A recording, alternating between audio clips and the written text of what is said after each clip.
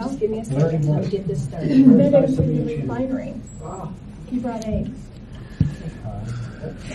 All right, well, thank you for coming to hear my story. And before I get actually into my story, in order for you to understand a little bit more about what I experienced, I want to talk about lightning itself so that you can know the power of a lightning bolt. It was almost 29 years ago to the day that I was struck. Actually, I was struck on April 7th of 1994. So I've survived a little past 29 years since that day that I was hit. But every second, about 100 lightning bolts hit the surface of the earth. And in the United States alone, lightning hits the ground about 25 million times a year. So before I move on, let me ask you a question. I always like to have a class when we're talking. So where do you think that the most lightning strikes in the United States? What state? Colorado. Kansas. Colorado? I was going to say Kansas. You can't say What? Kansas. Kansas. Kansas? Texas? Texas. That's what they have. The tornado belt. Tornado belt. Starts with the F. Could be all of those, actually, depending on the year. But mostly it's Florida. Florida Oh, actually okay. has the most lightning strikes The of every hurricanes. state, The hurricane. although at times Hurricanes? it is different. In 2022, actually Mississippi and Louisiana were up there. That was probably the tornadoes and the hurricanes and all the stuff that was happening in the South. In 2019, Texas was ranked number 1 in lightning strikes, but Florida that year was number 2. So actually it is usually Florida that ranks number 1. So here's some stats from the Earth Network's Total Lightning Network for our county. This is amazing. You can go on the internet and you can find out all about lightning strikes in each state and every county. And for 2022, the total lightning flash density in Weston County was 33.53 strikes per square mile. Wow. Throughout the year. There were 80,314 total strikes. And if you remember all of the thunderstorms we had last year in 2022, there were a lot of them that had a lot of lightning in those. Strike means hits the ground? Strike, just a second, I'll share with you. There were 377,715 total lightning pulses. So there's lightning strike and there's lightning pulses. So the lightning strike is a collection of pulses close in space and time that approximate the continuous ionized channels of a complete bolt of lightning, whereas a lightning pulse is a surge of electric current within the lightning that's usually accompanied by that burst of light. So you've got the whole pulse of lightning where you across the sky, but then the pulse within it is that which lights it up. There were 377,715 of those in Weston County in 2022. Good God, I'm never going outside again. Total thunder hours was 446 total thunder hours in 2022. So how they measure all of that is because of their very, very sophisticated equipment. But if you remember last summer, it didn't surprise me a bit when I read that, of all the lightning and thunder we had during the summertime. Lightning is a gigantic electrical spark. That's what it amounts to. A spark that can be 5 miles long. It would take up to 80 million car batteries to equal the power of one thunderbolt. 80 million car batteries. Lightning, of course, is the most spectacular event of a thunderstorm. How many of you get a little bit mesmerized at times by a lightning storm? Oh, yeah, love them. I'll never forget, I don't know what year it was, but it was back in the day when they had the fireworks shows out at the fairgrounds. Remember those days? Yes. And one year, after the fireworks ended, God gave us a lightning show that you could not imagine. I mean, it was superb, spectacular, and we were stupid for staying there. Because I didn't know all this that I know about lightning today, but metal seats, metal this, metal that, but everybody was just, nobody left.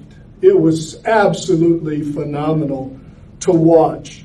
So it is a mesmerizing thing. How do thunderstorms get their name? Well, it's that crack, that rumble in the sky that we hear.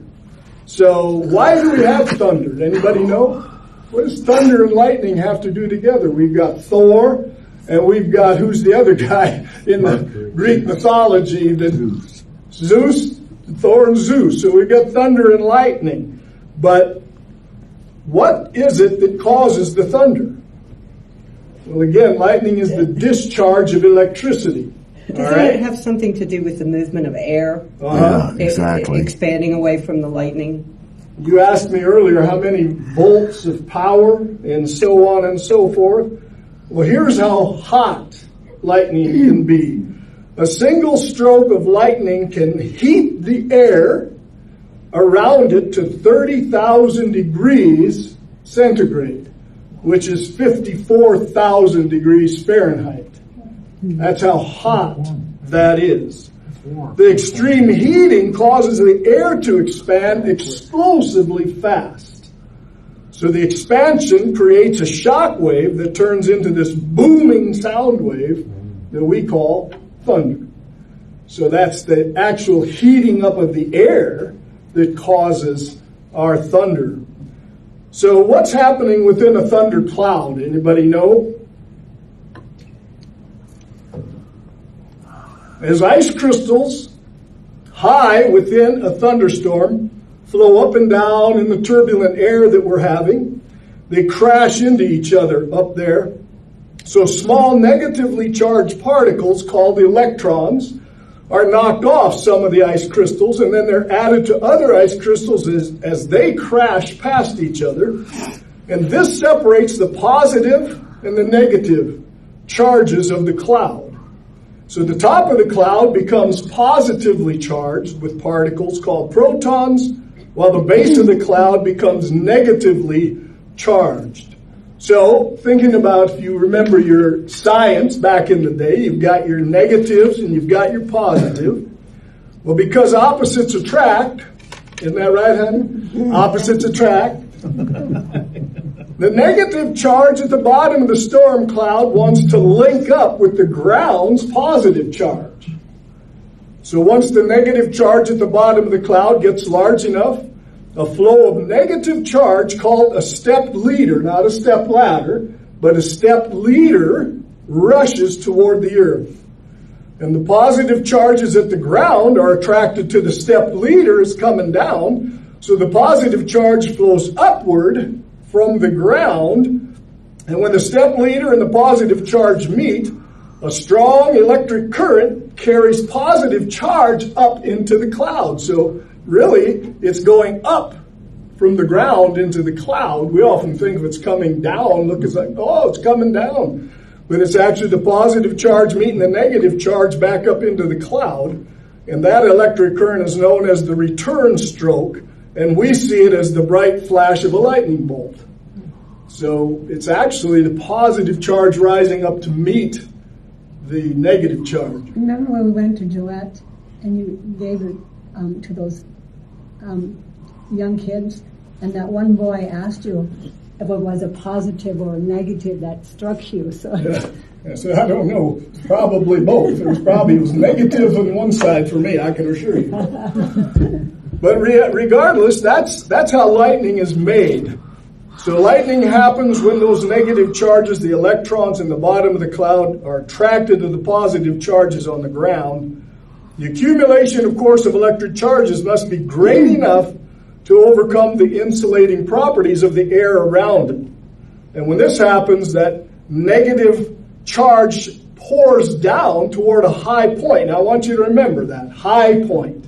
We're often thinking about how it hits high things, right? So I want you to remember that. But the reality of it is that lightning can hit wherever it wants to. You know, we're always thinking, well, it hit the highest point around you. Well, that isn't always the case, as you'll find out here in a minute. But it's that connection that's made between those neutrons and proteins that create this great, beautiful display of power in the sky.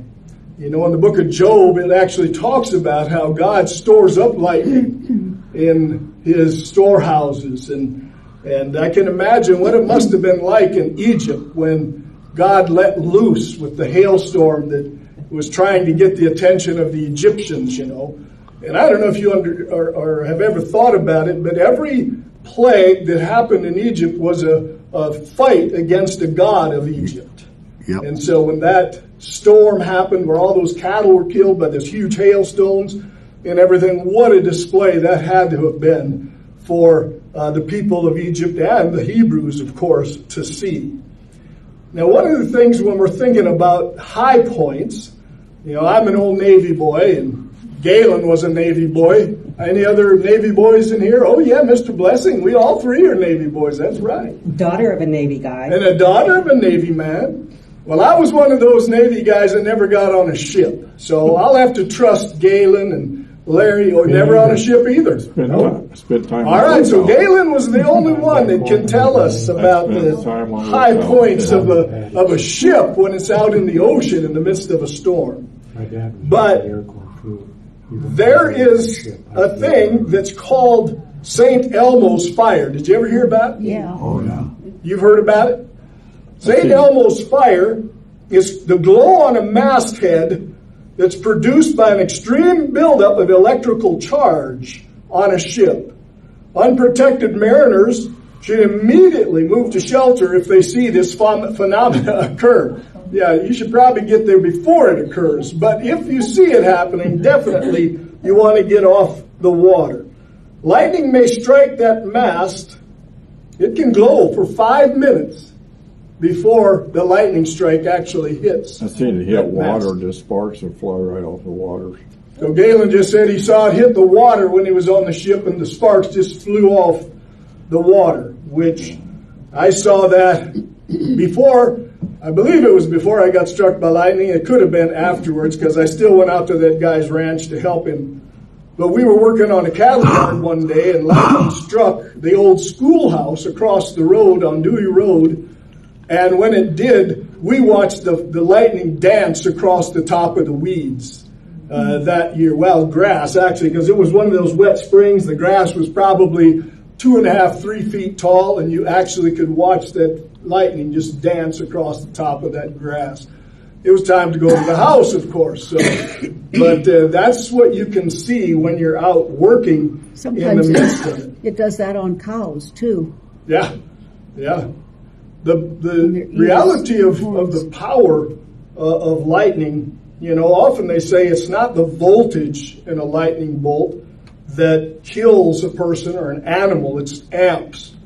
Just like anything else, I guess. If you have a 30 amp breaker or something, and it's more powerful, and if you've got a 15 amp breaker will kick closer, quicker than a 30 amp breaker. It needs to have more amperage to kick it well. So it is, I guess, with lightning. You can get hit by it. Here's an interesting fact that how many people survive lightning that are struck by it? Anybody know? I had hit a milk separator I was hanging on to the wooden handle. Yeah. Well, I thought half, in fact, until I started doing more research on lightning, that I thought most people were killed by it. But actually, about 90% of people live that are struck by lightning. Of course, a lot of that depends on their circumstances. Like for me, whether I would have survived, I doubt it. if I wouldn't have been riding that horse. That horse took the ground. She was grounded, so it went through me into her and into the ground, and she died and I lived.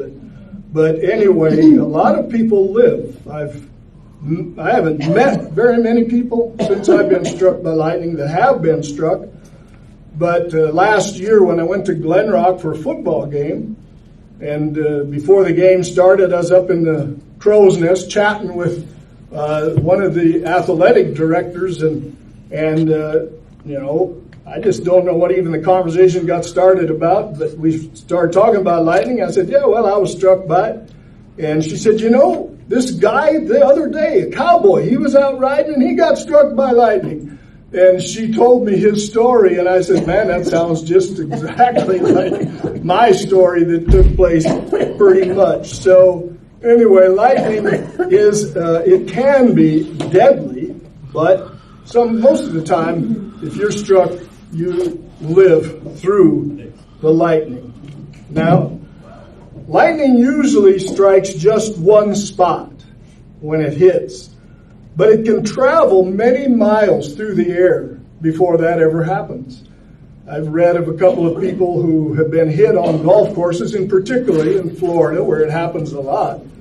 And that lightning charge, there is an organization, in fact, Linda and I have been to 2 of their conferences, called Lightning Strike and Electric Shock Victims Incorporated. And all the people who are part of it, of course, are people who have been struck by lightning or have been shocked by electricity and lived. The people usually that are worse off are those who have been struck by, or not struck, but by grasping something or hitting something electrically charged like a wire. I remember the first one we went to, there was a young man there who was he washed buildings. That's what his company did. So he would always call ahead to the power company to have the power shut off, and this was on a Saturday. So he called them. They assured him the power was shut off. So he got in his boom truck, put his wand, you know, if you ever see a power washer, they've got a long electric or a metal wand, and he's going up in his bucket, and his wand reaches out and touches one of those wires that's supposed to be dead, and it was live. And he was holding it, and, excuse me, it just fried him. Mm-hmm. I mean, he was in a wheelchair. He was unable to work. He was a mess. And when I went to the Lightning Strike Conference, I went to the 2 of them that by far, the first one especially, I was by far the person who was in the best shape of anybody else who was there, whether they were struck by lightning or if they were electrocuted. And I give God all the glory for that He's the one who touched me and did that for me. But it can travel through the air. So when you listen to thunder, you'll first hear the thunder created by that portion of the lightning channel that is nearest to you. Now, as you continue to listen, you're going to hear the sound created from the portions of the channel further and further away from you. So typically, a sharp crack or click will indicate that the lightning channel is already passed. If the thunder sounds more like a rumble, that lightning is probably still several miles away from you. But the loud boom that you sometimes hear that's created by the main lightning channel as it reaches the ground or the object it hits. Here's an example, my own example. Linda will talk more about it later, but when I got hit, Linda and the rancher's wife were talking on the telephone.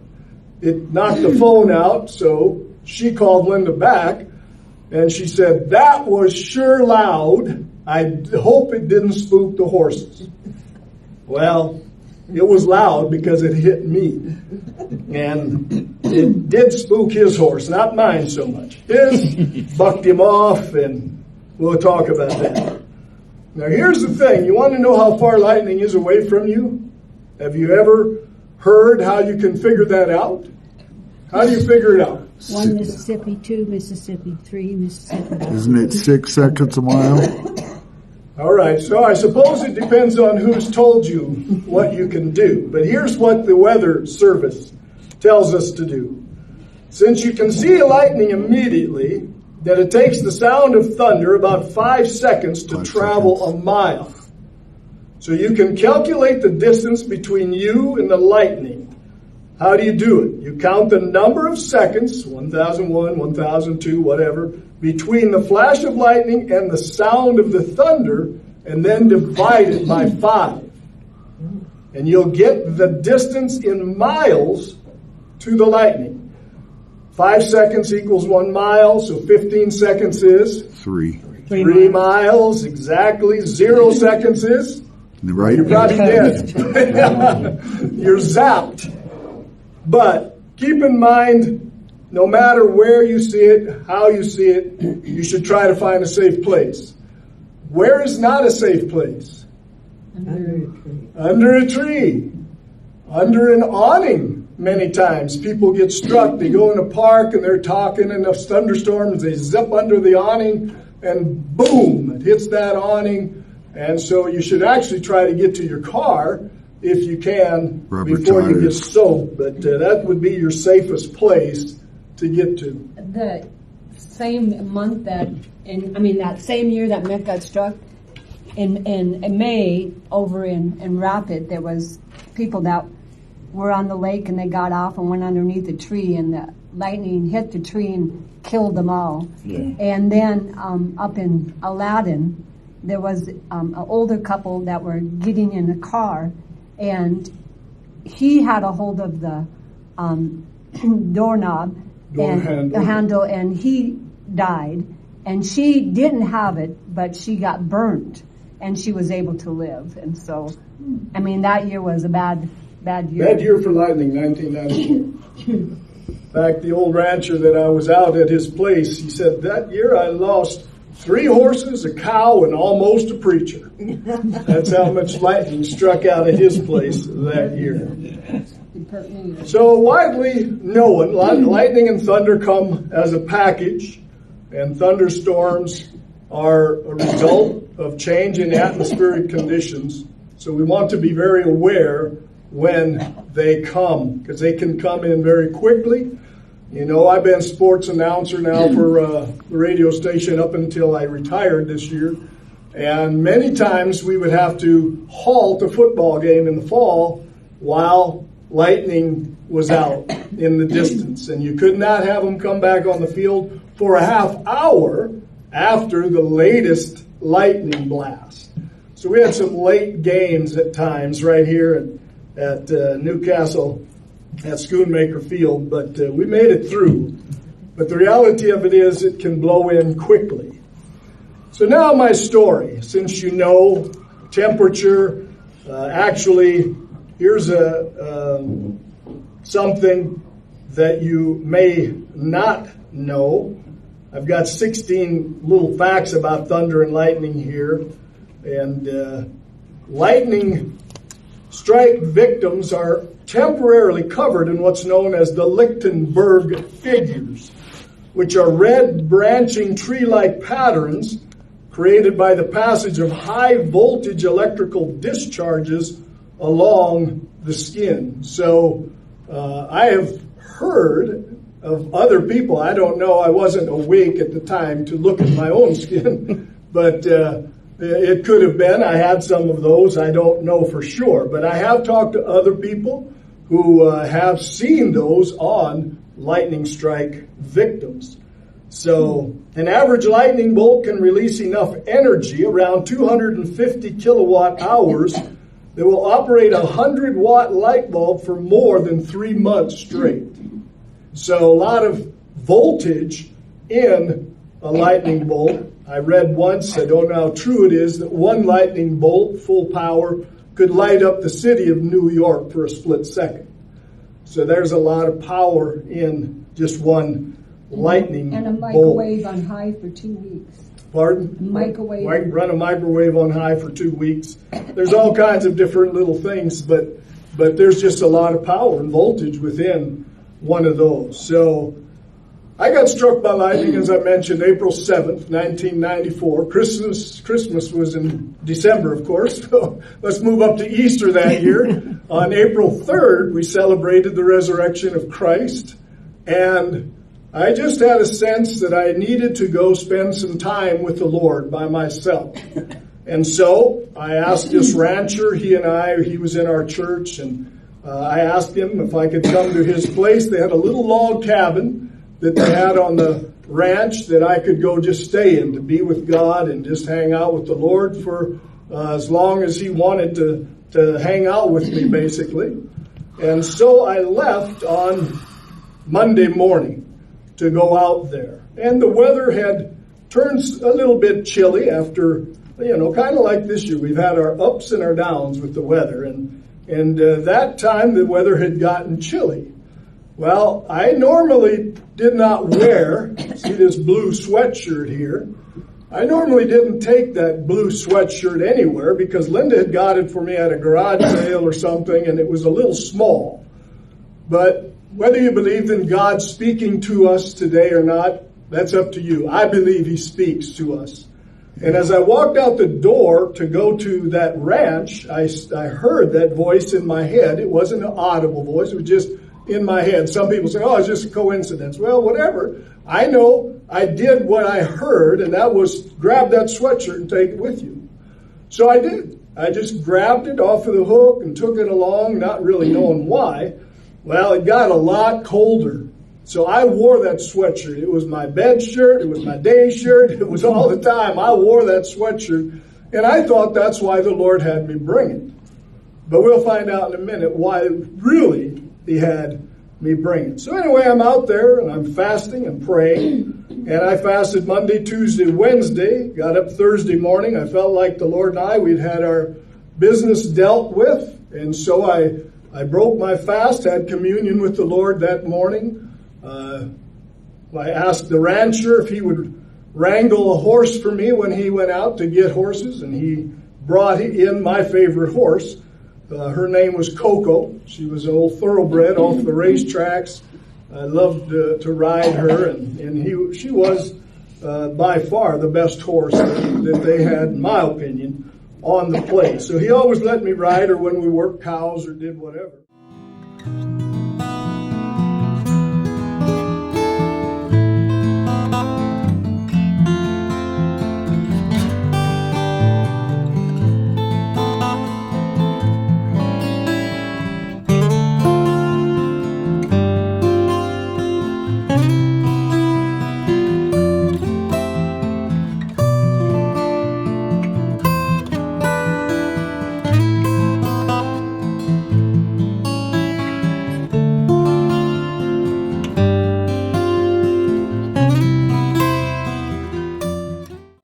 So he brought her in for me, and I went out that morning to ride, and we just rode, her and I and the Lord. We just had a blast out there, sun shining, beautiful day, and went back to the house about noon and was invited in to have lunch with the couple. And so I went in and had lunch, and then I said I was going back out to the cabin to take a nap and spend a little more time with the Lord. And I said to Dick Francis, who the ranch belonged to, and I asked him to call me when he wanted to go check cows that night. It was calving season, so I wanted to ride with him and go check cows. So somewhere around between 4:30, 4:45, he called me, and I'd left Coco saddled because when I went into the cabin, it was beautiful outside. Well, at that time, it had completely clouded over. It was not a cloud in the sky like lightning clouds. It was a total overcast day at that time. Gray as gray could be. The clouds were like they were sitting almost on top of you. That's how dense it was gray. And so I went out. It had sprinkled, so he unsaddled Coco. So we went to the barn and saddled up. And just as we were getting ready to leave, it had started to rain a little bit. So I asked him, I noticed in the back of his barn there was a yellow slicker hanging. So I asked him if I could wear it and keep the rain off. And he said, yeah, I'm not going to use it. Go ahead. So I went back, I got it, I took off my outer jacket, left that sweatshirt on, and put it on, and then rode out of the barnyard. Now, the barn was covered with metal. It's total metal. I mean, the sides were metal, the top was metal, and it had a big bronze bull weather vane on top of it. So thinking about highest point, all right? So we rode out a metal gate. He closed it, Dick did. Rode through another metal gate. He closed it behind us. And then we took off to go to the pasture. And if you want to come and look at these pictures later, you'll see how close I am to the corral when I got struck. You know, it looks further, or it looks closer than probably it actually was, is the way the picture was taken. But I was probably 75 yards maybe away from that barn, totally covered with metal, with a big metal bull on top, when I got struck by a direct bolt of lightning. Mick, yours was horizontal. Right. Yeah. Mine was a horizontal strike. And the reason we know that is because, again, Susan was talking to Linda on the phone when it hit me, and she watched the strike come horizontally over the top of their hayfield, past the kitchen window where she was standing, her living room window probably, and then she heard the boom when it hit me. She, of course, didn't know it hit me. She was probably thinking it hit a tree or something, but it hit me right in the back of the head. And you can see this metal clasp here was the only thing I know that could have drew it, unless it was this little metal on top of the cap that drew the lightning to myself. It blew the other metal. There's another little metal piece that this had another leather piece that was over here where it was actually hooked together as well. But that's what my cap looked like when it got done blowing up my cap. It had a lot of fun with this cap. It's not charred. But Well, we'll tell you a little bit about the rest of the story. There's a char spot right here on the back where that other snap was. It burned a hole in here. See right there? Burned that hole in there, and then it's charred right there. So that's how fast it goes through. It goes through you in less than a second. That's how fast it goes through your body. If you thinking of being heated up to 54,000 degrees, it better go fast, right?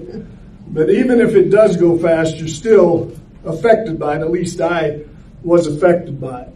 So here's the story of what happened. When it hit me in the back of the head, and it came around for whatever reason, my left side, and it blew my left eardrum out. And then it went around, and I had a fuller beard at that time than I do even now, and it singed my beard, and then it came around me. You had a slash back here. Well, where it hit me, I had it melted my hair where it hit me in the back of the head. I was hoping Mr. Mike Jordan might be here today because he was the doctor who treated me when I went to the hospital. But here's the story then of the sweatshirt. When it came around and was headed down my body, and the reason people often die is your heart explodes when you get all that power in you. For me, I had this sweatshirt zipped up right to here where it is, and when the lightning came around me, it came out onto this sweatshirt. So I had a burn right here in my neck, right here on this T-shirt. You can see the burn mark, and you can see on the buttons, where the buttons, some of them, you can't see some of them. And here's what Linda was talking about. Somebody who's studying the Shroud of Turin heard my story when I was in Knoxville or in Pigeon Forge, Tennessee at a lightning strike conference. I shared this. They actually saw my story, and they wanted to borrow my clothes to study them and see what happened when lightning struck somebody. So I sent them my clothes, and they cut some of the parts off of it and so on. The hat was one of them. The hat was one Part of of the hat was one of them that they cut off. Sent it all the way over to Rome, where there's another guy studying the Shroud of Turin who wanted to study that as well. But anyway, it came around me and came out my neck right onto the zipper of this sweatshirt. So you'll notice how fast it traveled down, but if you come and look, there's teeth missing out of here. There's melted portions of the fabric as it went down. And some of these buttons down lower, they were all torched, basically. Went down that far, I was gonna and then... up here too. He had another shirt on, so it made a hole there.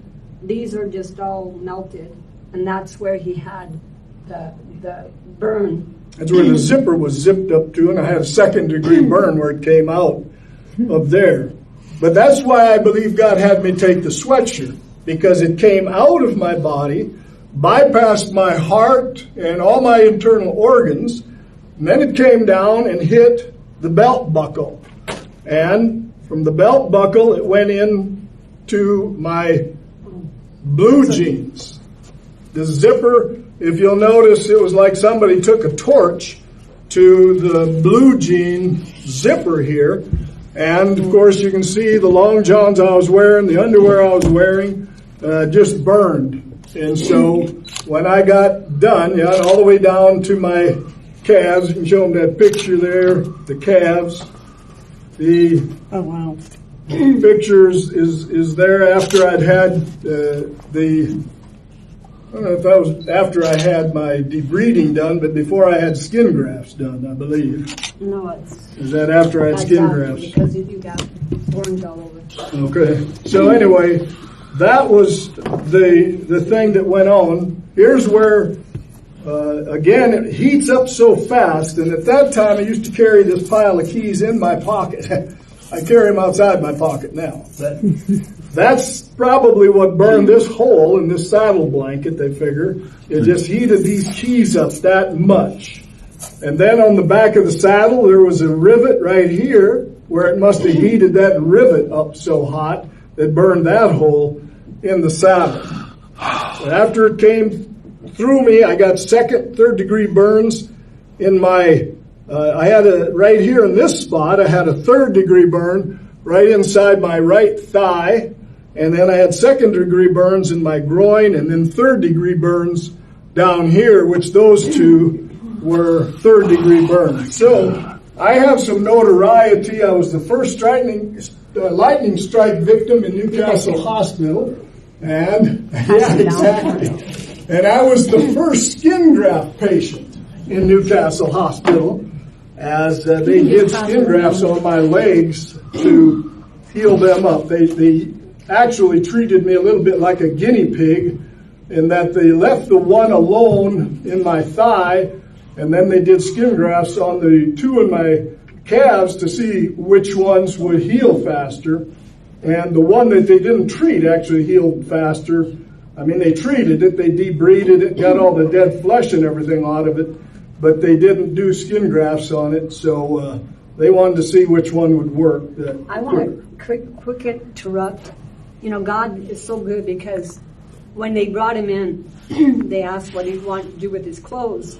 And you want us to throw them away? And I said, no, they might make good rags. I'll take them home. And so I took him home.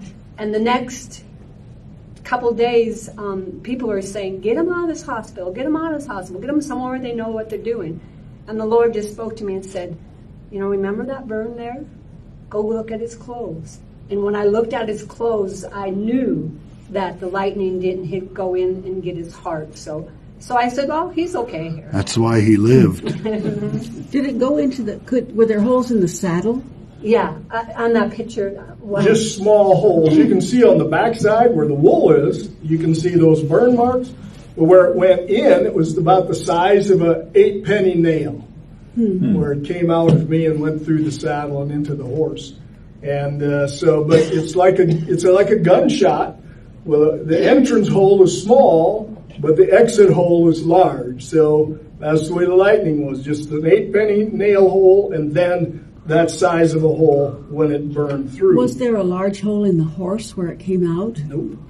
Just no signs at all on the horse. She had shoes on too, And so I probably just, Went right through her into the and ground. when the blessing was, when he didn't get trapped underneath it, his legs came up, so he wasn't trapped underneath the horse.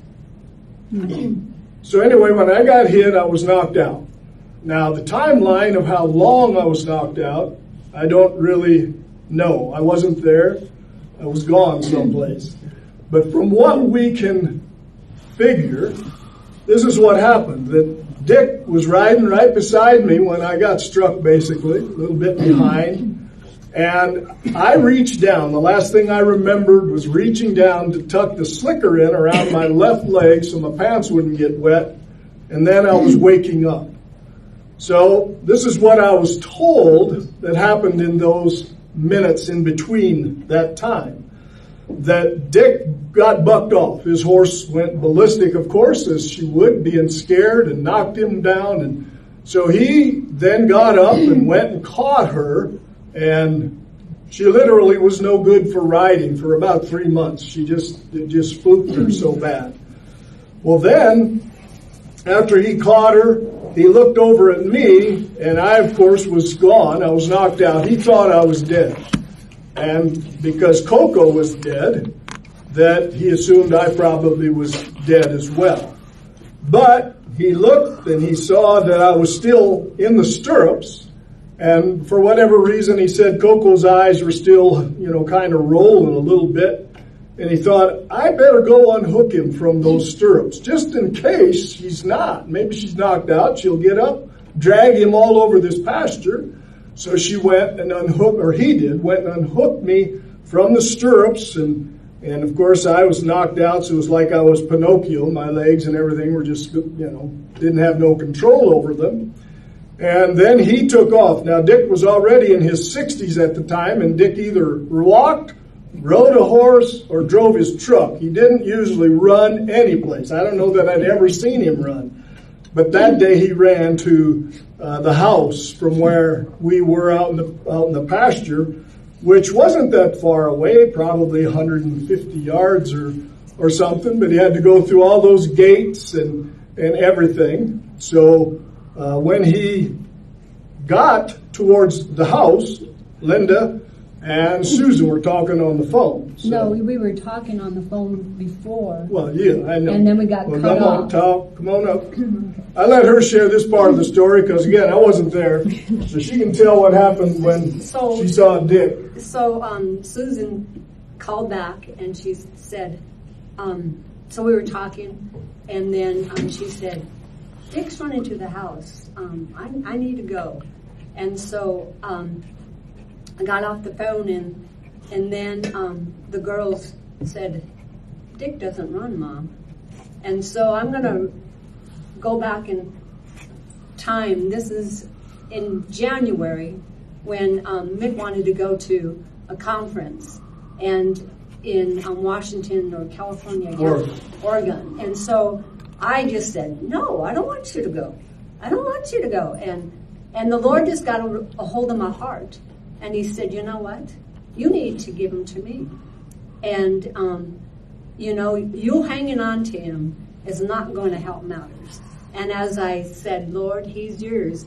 The Lord gave me a vision of a guy in our church and his wife coming to the house to tell me Mick was dead. And I just said, Lord, he's yours. And that's exactly what happened. After Susan and I got done talking, she called the sheriff department and reported Mick dead. And so then she knew I knew something was going on, so she called the guy that I saw in the vision that worked at the place, and they said, no, he's already gone home. So she called him and told him to go and tell me that Mick was dead.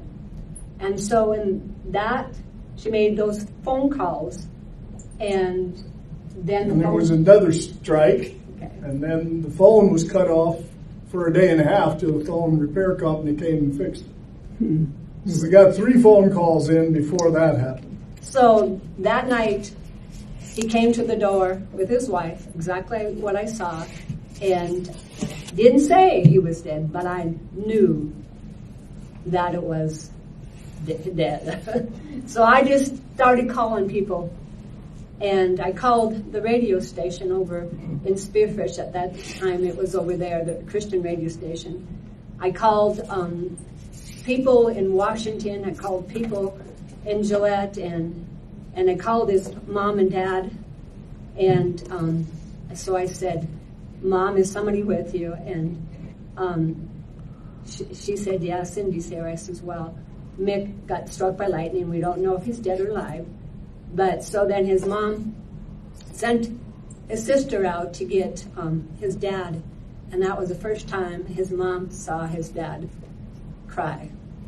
And so it was just, that as I was sitting there waiting, and he had just sent me that day the day before, an African violet, and said, thanks for loving me. And I said, oh, okay, God, we got to give this to you. And so we're sitting there waiting, and for the call, and they got a call that the ambulance had left. And as we were backing out to go to the hospital, the Christian radio station that our friends over in Spearfish called and were praying for us. And so we go to the hospital and we wait. And then the ambulance calls in and said, he's talking. And I said, oh God, he's alive. Thank you. So it was just knowing that it was a trauma for our family. On the one that Mike has, our 12-year-old daughter wrote a poem that night. And if you get a chance to read it, it's just, amazing on how, it is just, life is here and it's gone. And so, to live each day as you can. Amen. Thank you, baby. And you can talk about the ambulance experience. So, Dick does not want to come back out to where I'm laying on the ground with the horse, thinking I'm dead. He doesn't want to see a dead preacher. So, he takes off in his truck to go up to the county road, which is about 2 miles from his ranch house up on Dewey Road, because he doesn't want the ambulance to miss his turn.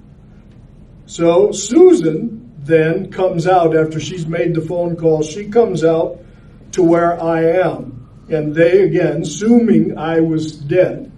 But she said as she got closer to where I was at, that she saw Coco's mane moving.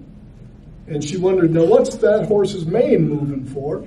And the closer she got, she saw my right foot was going like this, back and forth, like a pendulum on a clock. And I don't know why. I did it after I got out of the hospital. Linda said my leg at night would sometimes just go back and forth. So if it was a way to distract me from the pain or whatever I was experiencing at the time, I was not conscious when she got to me. It was still raining, and so she actually took her jacket off and kind of held it over my body, my head especially, like an umbrella to keep the rain off of me. And then she had read in a Reader's Digest, she thinks, that she had read that when somebody is unconscious, you should call their name.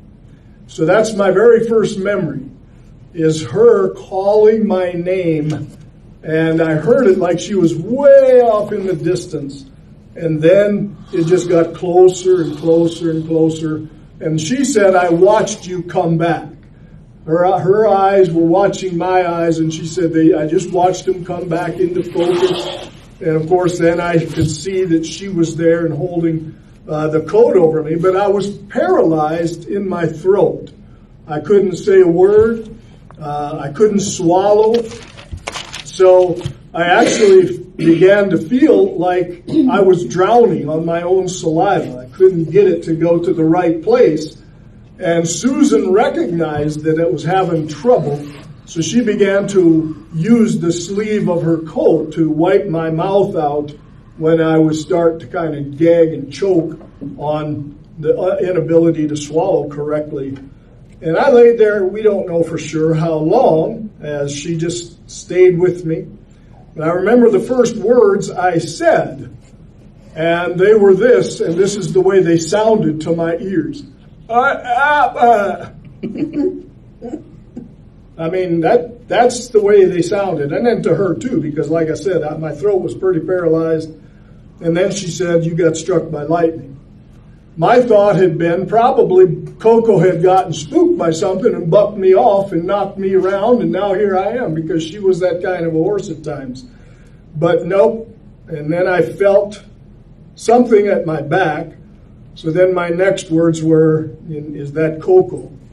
And she said, yeah, Coco's dead.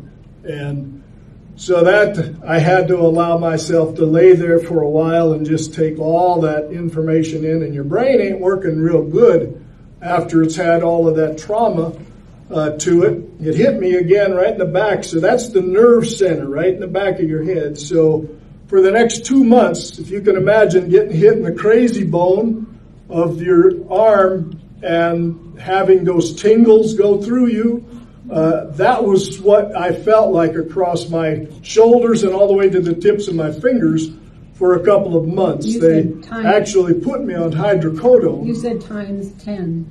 Times 10, yeah. Yeah, it wasn't just that little bump. You know, it was your nerve system was really going crazy for that time. But I took the pain meds for about a month, and I said, nah, if I'm going to have to live with this, I ain't going to get addicted to pain medicine. So I quit taking anything. Just a couple days you took it. No, I did it for a month. Oh, And then I said, no, I don't need any more of that stuff. I got to learn to live with whatever I've got to learn to live with. But God healed me over a period of time. All that started to get less and less and less. And so, but when I did wake up, they had called 911, of course, and Mike Warden was the owner of the ambulance service at that time. And he and Sherry, no, not Sherry, his first wife.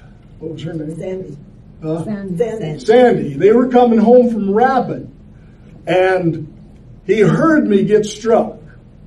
And he was up on Highway 16 when it happened, and he told his wife, I sure hope nobody was out in that. And then they went past Dewey Road and down the road a bit, and here the ambulance meets them. And he said, I bet you that's going out to where that guy is, or that whatever happened. And of course, sure enough, he found out later that's exactly what took place. But they got out to me. It took them, from what we can ascertain after all of the time, 45 minutes to an hour before they got to where I was out there. I was cold as cold could be, wet, and laying there on that cold ground. She didn't want to move me. She didn't know if I had a broken bone or any of that, so she just had to leave me lay there. And then it had gotten so muddy, they couldn't get to where I was out in the pasture, so they had to bring the backboard out to where I was, and they strapped me onto the backboard and then carried me from there back to the ambulance and got me to the ambulance, undid the straps on the backboard, and then they cut all these clothes off of me right there in the ambulance to look for where I was burned and all of that. So once they got that all done, I don't know how long it took, but we were down in a valley. That's where his ranch was, and the radio wouldn't work. And they could not get an IV started. I was so cold, they couldn't get a vein to pop up and get an IV started. So finally, one of the EMTs said, well, let's just get him out of here. So off they drove, and they drove up to the county road, those 2 miles, and they left me on the backboard. Wasn't that nice of them? And every bump was like, it was worse than getting struck by lightning. It hurt. And finally we got up there, and if you've ever been on a road that don't have gravel on and they're going through the pastures, there's potholes like you can't believe, and I felt every one of them.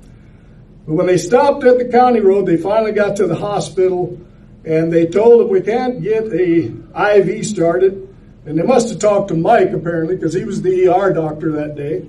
And then Mike said, well, just bring him to town and we'll see what we can do when you get here. And so off we went and got to Newcastle. By the time we hit Newcastle, the ground was totally white with snow. It had turned from rain to snow in that short period of time, and it was totally white.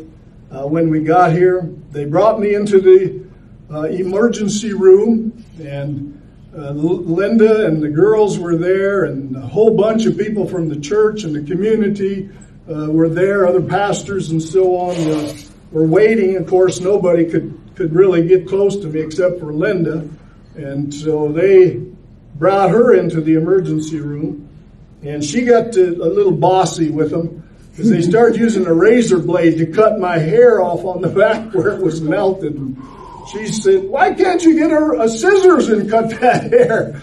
And they actually listened to her and went and got a scissors. And it finished trimming all the hair around where I got zapped to see how that worked. But anyway, I was just so cold. Well, they didn't know if I had broken bones, so they said, okay, next room, x-ray.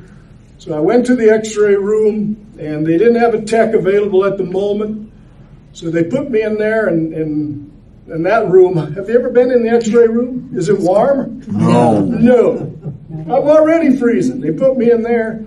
Well, they come with a blanket out of an oven. I don't know if you've ever had a hospital blanket out of an oven, but they laid that blanket on me, and oh man, it was like I'd gone to heaven. Yeah. And then the nurse said, is there anything I can do for you? And I said, yeah, get me another blanket, please.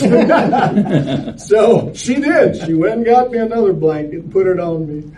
But waited. Of course, they took the x-rays, and I had no broken bones. Again, like Linda said, I feel like I must have been Pinocchio. When it went through me and hit the horse, she went down just like she was shot.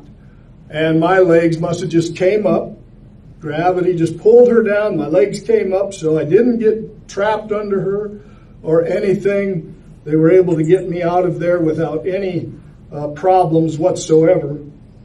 So they did all of their checks. I had a heart murmur when I got to the hospital, which reading and studying, a lot of people get a heart murmur after being struck by lightning. It often goes away. For me, I got struck on Thursday. On Sunday, Mike came to talk to me, Mike Jordan, and he'd just come from church, and he put his old stethoscope on me and said, hey, good news, the heart murmur's gone. And I remember telling him, I said, well, Mike, it had to go away. He said, huh, why? I said, well, the Bible says you got to do all things without murmuring and complaining. So we were having a good day right there. So Mike, he debrided my wounds without any anesthesia. And he just told me, he said, now I'm a doctor that sometimes forgets their patients have feelings. So if I get too close to that live flesh, you make sure you let me know. And I said, yeah, that's pretty much what it was. I said, yeah, I will let you know if you get too close. But he did a great job debriding my wounds and getting them all cleaned out. And I spent 5 days in the hospital. Again, that was the first lightning strike victim that they had, or survivor. It wasn't really a victim anymore. What did Doc I survived it. What did Doc tell you that night? Yeah, and Doc Jordan, in my memory, this is what I remember. And he said, I've only treated 2 other patients for lightning strike. And I said, oh, really? How'd they do? And he said, they both died. So, a great comfort again to me. Now, maybe that's just my memory. You'll have to ask him to verify that to be true. But I think it was in Torrington. He came from Torrington up here, I think. And that's where he had treated them. But regardless, him and I had a good time in the process of getting healed up. So I was in the hospital for 5 days, and then they contacted a doctor who had just moved to Hot Springs, South Dakota, to work there at the hospital, who was a skin graft specialist. And so they asked Dr. Polizzi if he would come to Newcastle and do skin grafts on my legs, my 3rd-degree burns. So after 5 days, they let me out of the hospital for a day and a half, and then I went back, into the hospital and spent another 5 days after I had skin grafts. And again, they were using me as a guinea pig to see if I would heal faster using the skin grafts. They took the skin off of my tail end to put on my legs, and they healed. But like I said, the actual burn that didn't get any treatment other than Linda had to treat it. What were you treating it with? The burn salve. A burn side and betadine solution. That's that yellow that's on them marks. No, on those marks is the betadine is that the yellow stuff, and then I had to rip his bandages, his gauze off, and do that 4 times a day. And then the other one we treated with just burn salve. No, it had betadine, but regardless, it was. And the reason they did that was so if there was any dead meat that he didn't get off. But literally, I had the 3rd-degree burns burned me so deep I felt nothing. So when she tore those off and anything came with it, I didn't feel it. And so she had to do that for 2 months. 2 more months. That she did that every day, 4 times a day, Wow. until those were healed over enough where she didn't have to do that any longer. But when it went through me, it split at my waist and went down both my legs, as you can tell. And it just burned the muscles out in my legs. So I couldn't walk without holding on. Linda actually became my crutch. I was back in church 2 weeks later preaching. After I had my skin grafts, I went right back to church and began to preach from a chair. I couldn't stand, so I sat to preach. But I was a basketball player at the time. I loved to go up to the prison. How long was it that it took you to where you couldn't walk? Well, I couldn't walk hardly for a month. I leaned on her, and they took away my driver's license and everything for that time. I couldn't drive. No, I took your driver's Linda took my driver's license.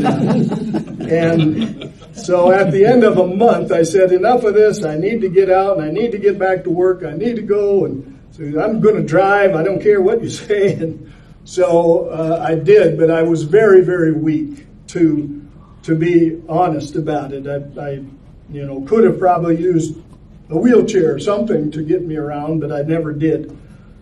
But I love to play basketball, and so we would go up every week and play basketball at the camp, at the prison, me and a bunch of guys from the church.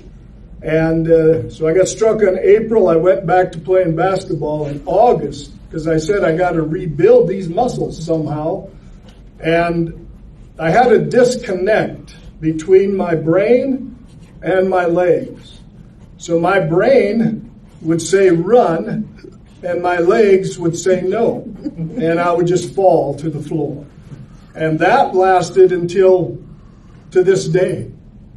If I'm out playing with my grandchildren or with the youth at church, and the last time I actually can remember it happening, I was at the school. We were doing a Bible study with the youth, and we played kickball, and I kicked the ball and took off to run to first base, and my brain said run, and my leg said not that fast, and boom, fell right on my face.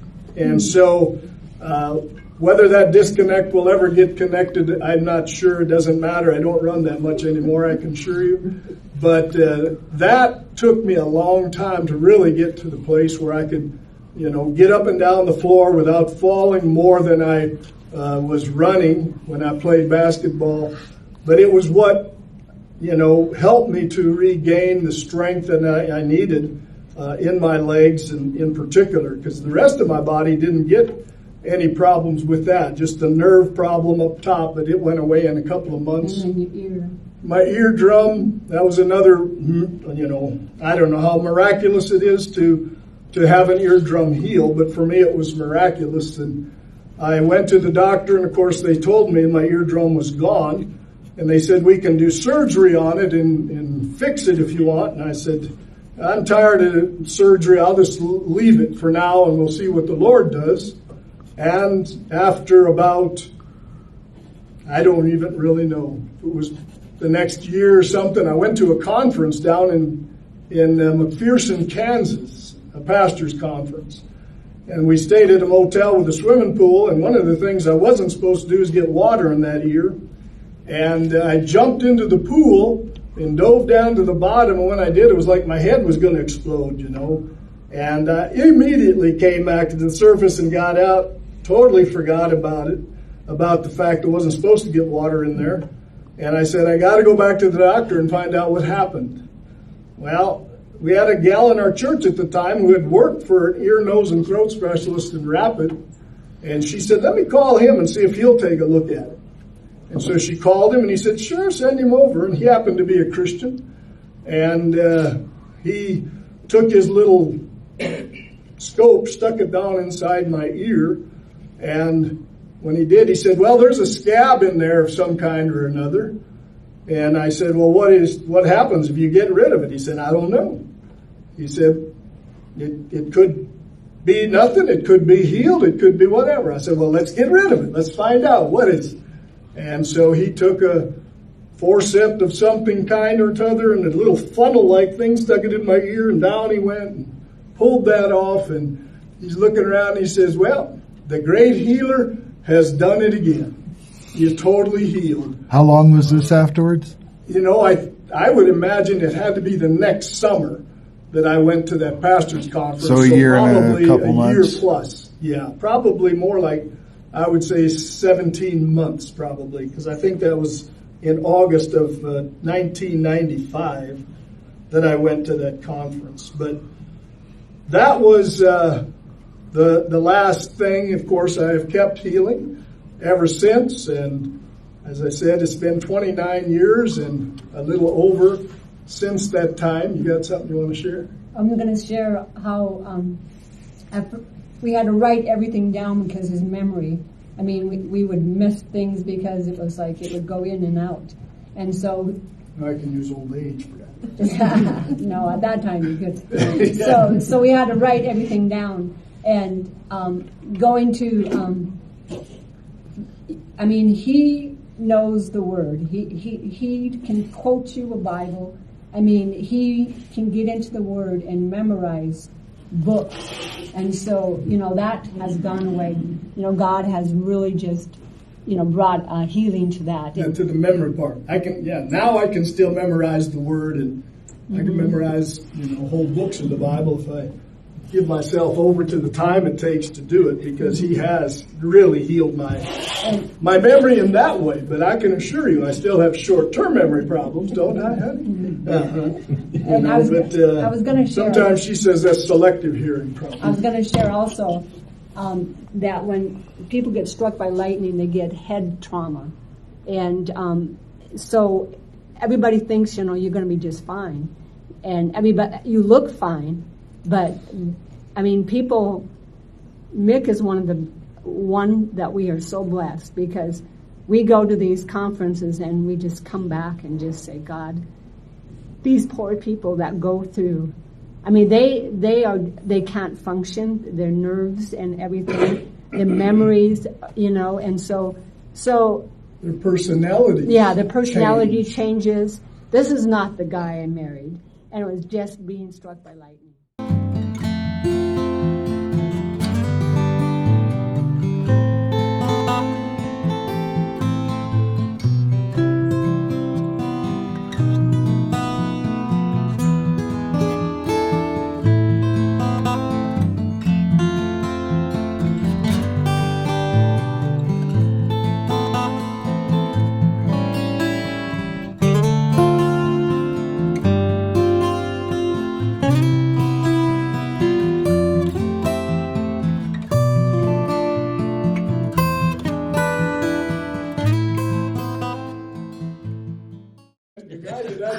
The lightning strike electric shock survivors was a bank teller, and he got struck through.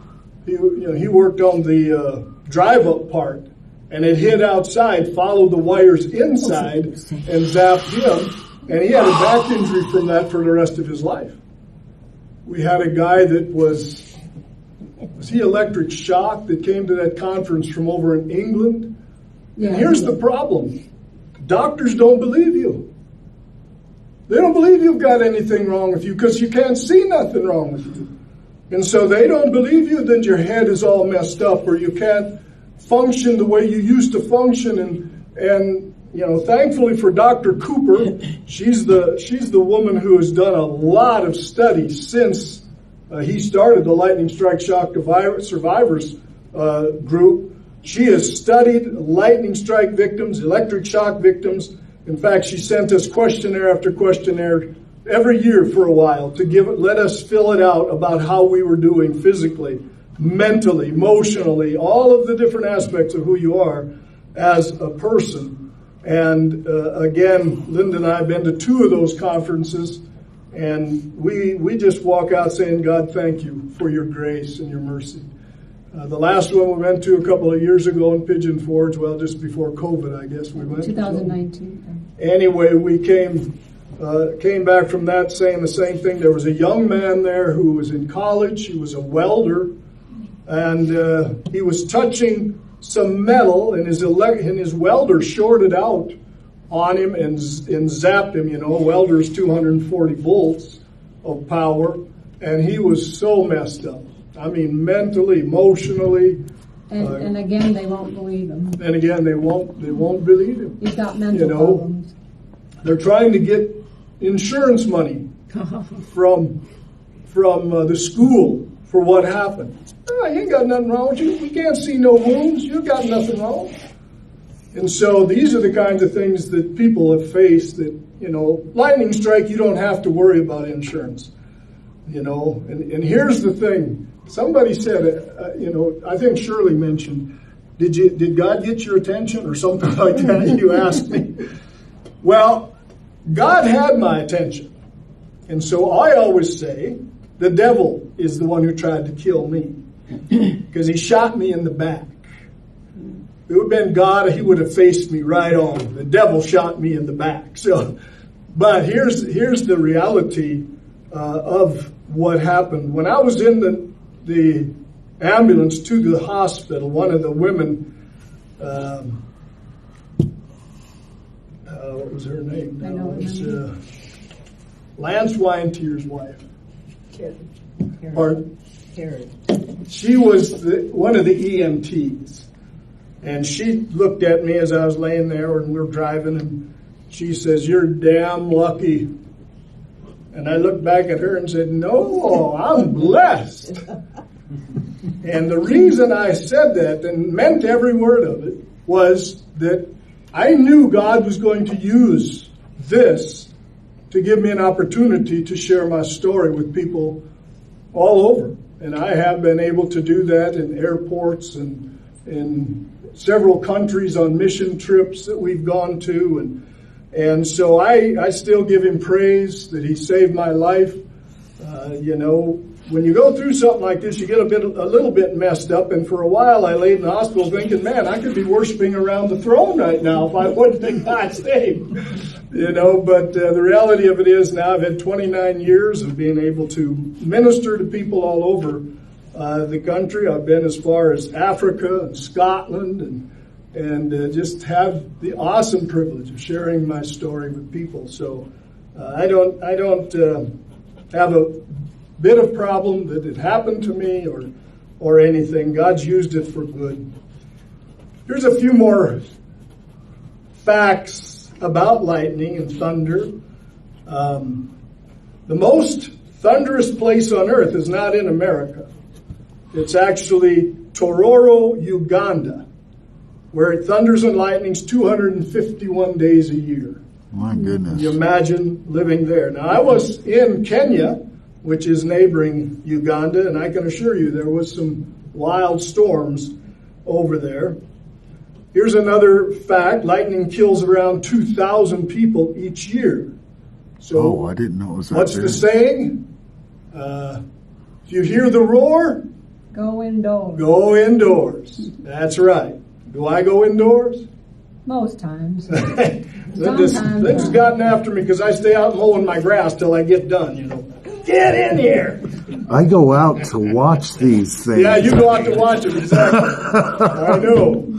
It's the only people thing they that call are off soccer storm games. travelers get to see a lot of this kind of stuff happen. But of course, there's astrophobia. That's the fear of thunder and lightning, and it's the third most common phobia in our country. Wow. Because dogs Dogs have a big problem. have more with it. sense. Thunder, snow. I have no fear of it. It can actually thunder and lightning in a snowstorm, sandstorm, anything that creates energy, electricity. Lightning flashes about 3 million times a day around the world, which is about 40 times a second. And of course, not all of these hit the ground. There are a lot of them just up in the clouds going back and forth between them. Here's a really interesting one I never knew about.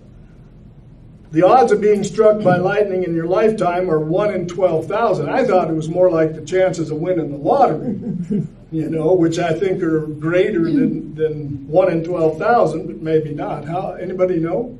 What is your chances of winning the lottery when you go buy a ticket? Usually it's like 1 in 6 million. Yeah, that's what I think too. I thought it was a lot bigger than that. How about this one? In 1955, a thunderstorm in Belgium set off 40,000 pounds of buried explosives. Oh my Left over from World War I at the Battle of Messines. And the only casualty was a single cow. A lot different than the big blow up they had in wherever that was when 18,000 cows got killed the other Texas, day. wasn't it? Yeah, Texas. Texas, yeah. The average thickness of a bolt of lightning is only 1 to 2 inches. Wow. So here's one. 1977, a huge thunderstorm over New York City led to a major blackout, and for the first time in the history of the city, residents could see the Milky Way. Never before. It was too light. Lightning can also occur during a volcanic eruption, creating what they call a dirty thunderstorm. So there's a lot of things that can create that wonderful, beautiful, mesmerizing flash in the sky. There was that fun story that after we were hiking and coming back, tell them about that. Well, that was down in Tennessee in the what's the mountains? And Smoky. Smokies. There, see that memory. Smoky Mountains. So after I'd done this interview and on the television in Knoxville, we were out hiking and we were coming back, and this couple were by a bridge or something, and they asked us if we could take a picture of them, right? Mm-hmm. So you take it up. My brain is, I don't remember the he details. asked if we could take a picture, so Mick said sure. And so he was asking us where we were from, and we told him and what we were down there for, and Mick had his lightning T-shirt on, and the guy said, on the news last night, I saw this guy who got struck by lightning, and he had holes in the back of his legs, and I said, well, here you go, you get to see him. So that was pretty fun. Yeah. Do you know what the odds of being struck again by lightning is? Being struck more than once? It's not really that normal. The Guinness World Book of Records holder is a Forest Service guy had been struck 7 times. But it doesn't really tell. I doubt if they were 7 direct hits. That would be abnormal to get hit by a direct bolt of lightning 7 times. So probably got a tree struck or something, and it came off the tree and zapped him a bit. But you don't feel like you're more likely to be struck again. I don't feel like I'm more likely to be struck, but I may be. I don't know. They had on Wyoming Public Radio, day before yesterday, I think, they had a program about lightning strikes. And they said your chances of getting struck a second time are the same as getting struck the first time. First time, yeah. And So, they said 12,000. the most common place to get struck is if you're fishing. Yeah. So I suppose that means on a boat. Right. But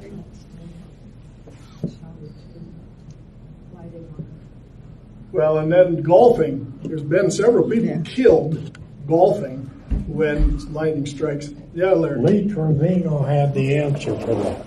Lee Trevino. He said, if it starts to thunder and lightning, hold your one iron over your head. Because even God can't hit a one iron. I wouldn't challenge God in anything like this. But That we sounds met like him.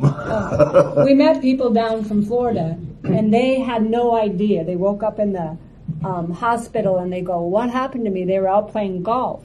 It's a sunny day out, but lightning travels, and so Figured it traveled 20 miles before it struck that golfer out there. Bud Stearns could have told you that.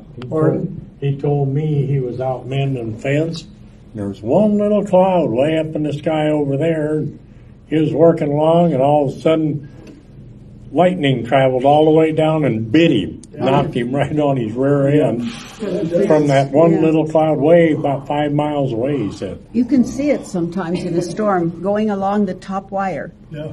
and on the cow's horns and ears. Yeah. And along that top A lot wire of times it on travels. those cattle drives from Texas, they would talk about that lightning dancing between them long I've horns. seen it. Yeah?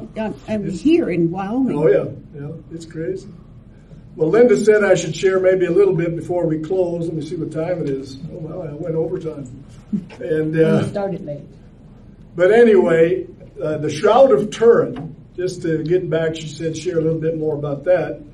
That the guy that is actually studying that Shroud of Turin, trying to figure out how did the impression get on the cloth.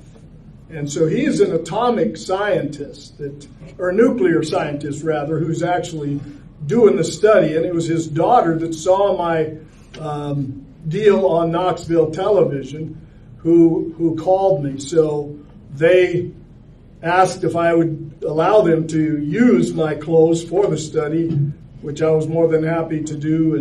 And they kept them for a couple of months at least, I suppose, and then sent them back to me and asked permission to cut some parts off to keep so they can continue to study to figure out what kind of reaction, because they think maybe some kind of a nuclear reaction happened in that grave that day when Jesus rose from the dead, and that imprint was left on that sheet that was covering him. You know, they wrapped the body this way. They didn't wrap it around and around. They wrap it this way, and that's why his whole figure is on that sheet.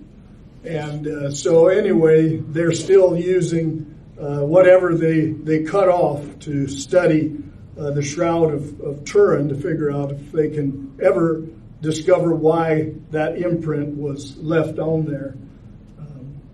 I have no clue. God has a plan. He has the ways, means to do it. So, anyway, are there any other questions? Yes. When your leg and your head don't coordinate, when your leg doesn't do what you tell it to, is that a nerve damage? Yeah.